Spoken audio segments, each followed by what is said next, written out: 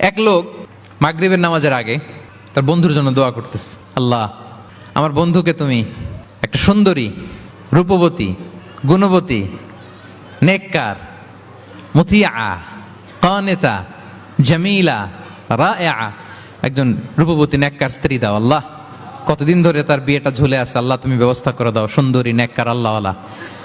তো সে তো তার বন্ধুর জন্য প্রাণ ভরে দোয়া করতেছে, আর তার স্ত্রী ওয়াইফ পাশেই ইফতারি রেডি করতেছিল। এই দোয়া শুনে মহিলা তো তেলে বেগুনে জ্বলে উঠছে, দৌড়ে আসে বলছে, এই তুমি কিসের দোয়া করো, রাখো।